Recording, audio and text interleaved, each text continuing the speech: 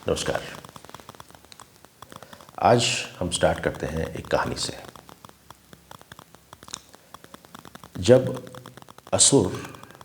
असुरों ने देवताओं को हरा दिया था युद्ध में, तब देवता अपने गुरु आचार्य बृहस्पति के पास गए और कारण जानना चाहा।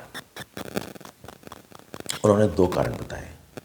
पहला कि जितने भी हमारे शास्त्र हैं उनको अच्छी तरह से यदि इन्होंने पढ़ा होता और उनके हिसाब से काम किया होता तो वो लोग निश्चित विजयी होते।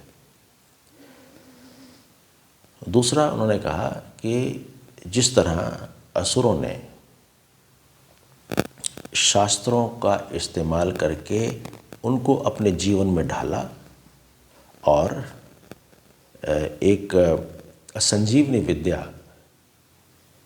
को सीखा, उस कारण से वो अपने युद्ध क्षेत्र में जब लोग उनके सैनिक मर रहे थे या सीवियरली इंजर हो रहे थे, उनको वो संजीवनी विद्या से पुनर्जीवित कर सकते थे। यानी कि यही 2 चीज़ें यदि हम अपने जीवन में भी डालें तो हमें पता चलेगा कि जितनी भी हमारे नॉलेज है, उस नॉलेज के हिसाब से यदि हम अपना जीवन जिए तो बड़ा ही ऑर्गेनाइज्ड, सिस्टमैटिक और केओस फ्री जीवन होगा। और दूसरा,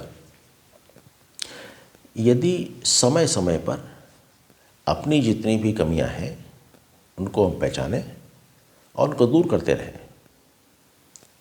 तो जीवन जीने लायक बनेगा, सुखद बनेगा। 2 दिन पहले मैं एक सरकारी दफ्तर में गया था, तो वहाँ के जो ओहदेदार थे वो भी रिटायर होने वाले थे। तो और ये दूसरा एम्प्लॉयमेंट था उनका। जब बात चल रही थी तो उन्होंने बताया कि भाई ये मेरी एक सबसे बड़ी समस्या है कि अब मैं दोबारा से एम्प्लॉयमेंट कोई नहीं ले सकता हूँ और मुझे घर पे रहना पड़ेगा। तो उस वक्त हमारे बीच में कुछ बातें हुई जिनका कि निचोड़ इन कुछ 4 पॉइंट्स में निकला था। पहला था कि अपस्किलिंग। ये एक कांस्टेंट प्रोसेस है जहाँ पे कि हम अपने काबिलियतों को बेहतर जीवन के लिए अपग्रेड करते रहते हैं और अच्छा बनाते रहते हैं। सो अपस्किलिंग इज़ वन। अपस्किलिंग सिर्फ प्रोफेशन में नहीं काम आती, अपने निजी जीवन के अंदर भी काम आती है। जैसे जो पहला आश्रम है, यानी कि कौन सा है पहला आश्रम? ब्रह्मचर्य आश्रम। ब्रह्मचर्य आश्रम में जब हम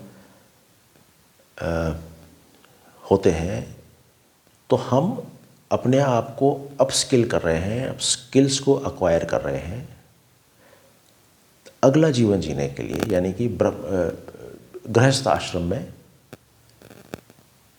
जीवन जीने के लिए हम अपस्किल आज करते हैं। ठीक वैसे ही इस वक्त मैं जिस उम्र में हूँ वो वानप्रस्थ आश्रम की है। वानप्रस्थ आश्रम की जो उम्र है उसके अंदर 2 काम है जो अपस्किलिंग होगी। पहला, संसार के जितने भी मेरे एंगेजमेंट्स हैं उनसे डिसएंगेज होना और अगली जनरेशन को वो सारी चीज़ें पास ऑन करना, पहला।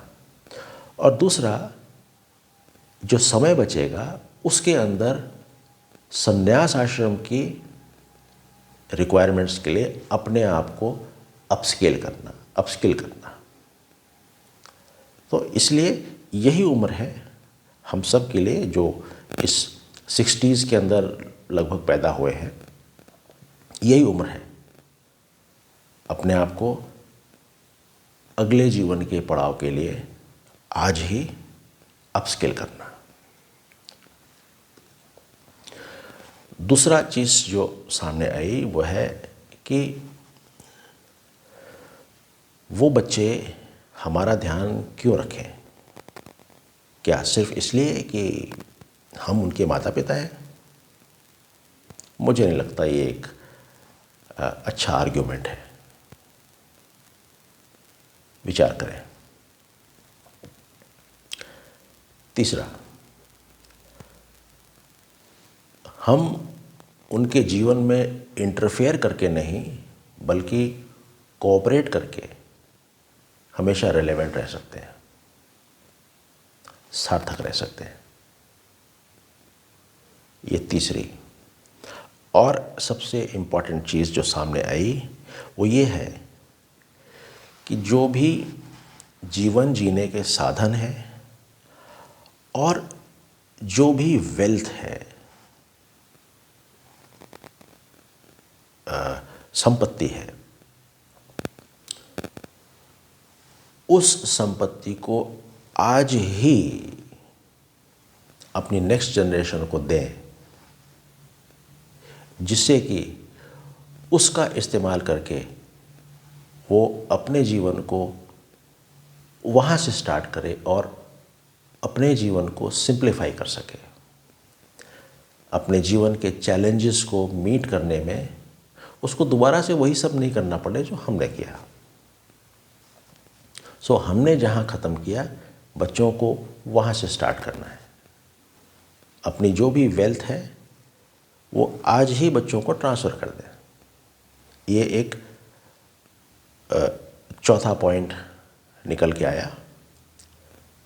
मुझे ये चीज़ें बड़ी सार्थक लगती हैं और मैं समझता हूँ कि इस तरीके से हम लोग अपने जीवन को, भविष्य के जीवन को और सिंपल बना सकेंगे और यही हमारे अगले जीवन का इंश्योरेंस है। Thank you.